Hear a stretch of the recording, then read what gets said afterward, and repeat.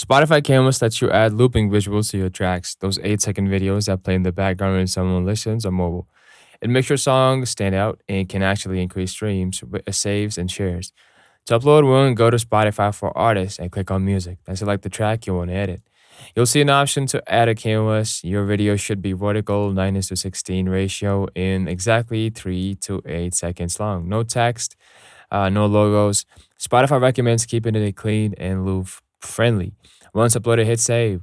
The canvas will show up instantly on mobile for all listeners. You can change or update it anytime. And even after the release, it is a small detail, but it adds real visual flair to your music.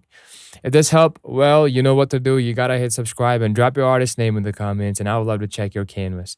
And if there's anything else besides this, you just gotta drop a comment again. And if you want us to make a video related to any topic or subject, we're there for you. And until then, keep on shining, keep on dropping your music, and I'll catch you in the next video.